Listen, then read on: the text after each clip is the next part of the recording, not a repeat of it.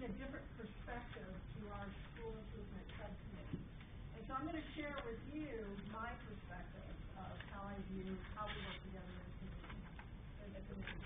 So for me, it creates a space where we can do some case studies, look at some research, look at some of the best practices. We discuss some new ideas. We share multiple perspectives because we have the school board chair, we have the district office, we have principals, and we have teachers there. And I think most of all, I approach each meeting as an opportunity to learn for all of us. And so for part of that, that means that I have to be willing to be a learner in this. And so what we try to look at this is none of us are experts. We're all in the process of learning to do what we're doing better. Because if it was known what to do, everybody would already be doing it. But it's a very complex issue that we're dealing with. So we learn collaboratively, we practice new skills, and we frame new ideas. So I'm going to talk a little bit more about why we need to frame those ideas. So when I started with Parkrose in 2008, this was the state data that I was looking at. And prior to my position, I used to be a high school science teacher. I worked as a teacher at Parkrose High School, and I also worked in Elgin, Oregon, which is near La Grande. So I heard La Grande, I was like, yay, La Grande. I love that town. So I was also a middle school principal before I came back to Parkrose. So I looked at the data, and you can see that we had a lot of work to do. So we knew it wasn't going to be an overnight kind of change. So I'd like to frame a little bit about what I'm going to talk about with a metaphor using the book called Switch, which is about how to change things when change is hard. And this work that we're doing is very difficult work. And it uses the metaphor of a rider on an elephant. And so the rider on top of the elephant is that analytical, rational person that is thinking. And riding on an elephant, that is that emotional, instinctive person. And then you got to shape the path for where it is you're going to go. So we can look at this metaphor either as a person or as an organization. And it helps frame something that's very complex in what it is we're trying to do. And I'm pretty analytical. So it's really helpful to have within the organization people who are in touch with that emotional side of what's going on. And then making sure that we're providing clear direction about where it is that we are going. So if we're looking at that rational thinking, part of what we have done, and I've got some examples up here, is find where it's working. So we really had to examine in our organization where it was working or pilot it. So one of the things that we found that wasn't working was an effective use of time for meetings.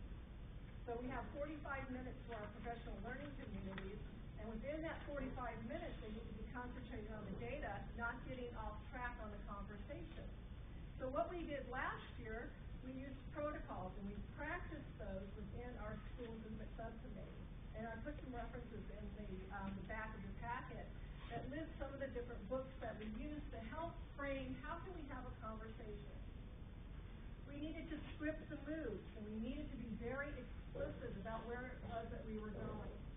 So we needed to develop some shared understanding. One of the ways that we did do that was we developed some PLCs, professional learning community standards and rubrics, so that we would all be on the same page about where it was that we were going and what we meant by this. And we had to point to the destination. We had to have a compelling image of where we want to be. And that wasn't to be perfect, because we know that this is a learning process. But that is that we were always going to grow and get better at what it is that we were doing. Because sometimes when you're pointing to perfection, that's too scary for people. There's no way we're ever going to get there. But if you can show them along the way that there's indicators that we are headed in the right direction, and we're getting those small wins, we're getting those small improvements, they're more likely to want to continue the hard work that we're doing. So on the emotional part, when we're looking at the elephant, this was an area that I needed to work at because I'm such a driver. You know, I'm wanting to move, let's move. But we need to understand that change is very emotional for people. We get into habits of what we're doing. We believe that we are doing the right But what we're asking them to do is to change the way that they're teaching. So we need to validate that they have done good work, but we need to show them that there's ways of doing better. Because we know that student achievement is best, we can improve it in the best way when we improve instruction, because it's between the teacher and the student. So we need to focus and shrink the change. So one of the things that we did was we focused on what is critical.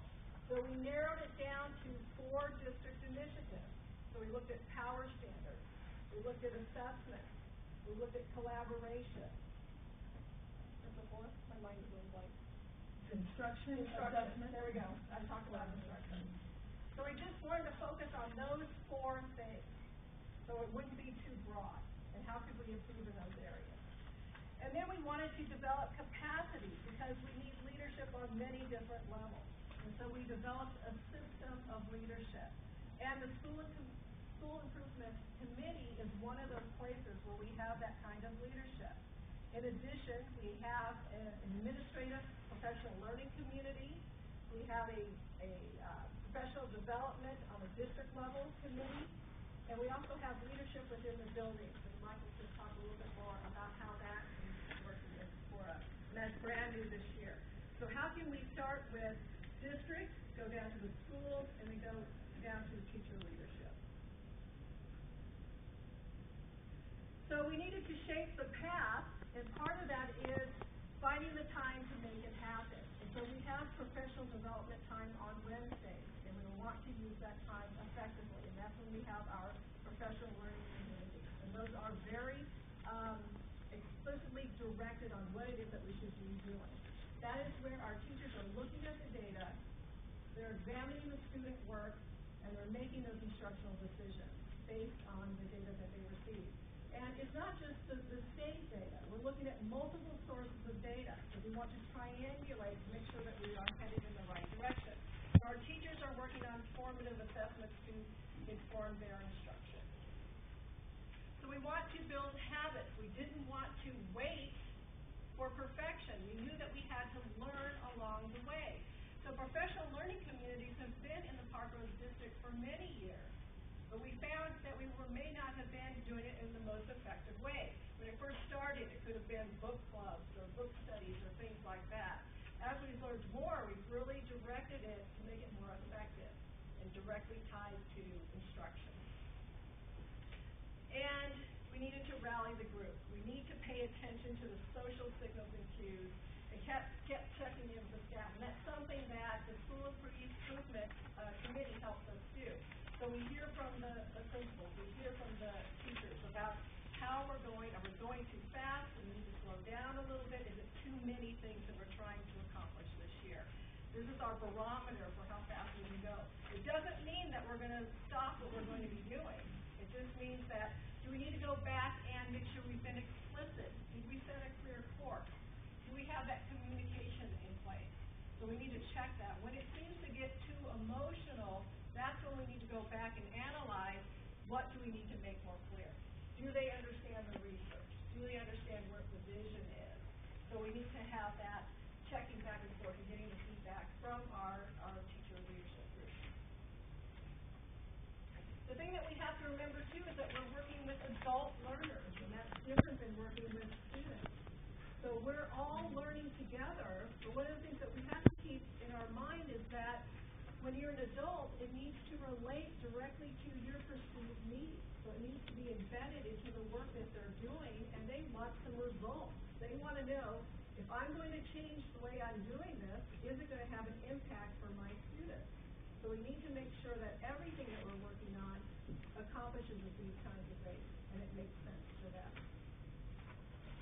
One of the philosophies that I've always had, and I know that we have within our committee, is that leadership is not just about one person. It's about building that shared commitment and building leadership teams on multiple levels. Because we need to build that capacity. It's not just for us to know, but how do we get that down into our teachers' hands? One of the best things that we did last year was the pilot protocols, because this really did help us be effective with our time and be able to have deeper discussions. And that's why we included quite a bit about protocols in your packet of resources. And I think that Whitney's going to talk a little bit more about what a difference that made with the teacher professional learning communities.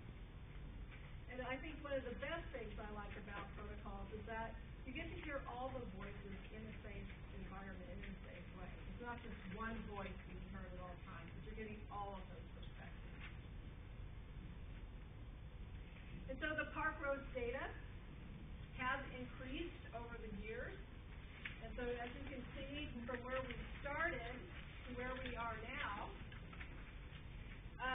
in particular, I think we're really proud of our math scores at the high school level. You can see have gone up about 33% in growth. And then in our high school, we had a 20% growth. So that's one of the things that we're really focusing on is the growth. It's not just about where we're at, but are we growing, and what's the percentage of the growth that we're having. And then that doesn't apply just to these kinds of summative assessments, but also the formative assessments for our students. Are we making sure that every student is achieving growth every year? Could you give an example of exactly what you did to implement the success? Like you're saying how you did it, but what procedures did you put in? So I think what exactly did you guys do to get that success? To get that particular success? Yeah. For an example for mathematics? Yeah. Okay. So one of the things that we've done is we have at the high school, we have a mathematics professional learning community. Mm-hmm. So what we did was we took a look at we taught our professional learning communities how to do data analysis, and that was something that was new. We used a protocol for that, so that we could stay focused on the data and take a look at what the data was telling us that we needed to do. So once we looked at that, we also developed a district math assessment so that we would have points of check besides just the OATS assessment. It was a little more focused on the strands. So let's say we're looking at algebra or geometry. And then from there, we decided to have a math workshop class based on those assessments.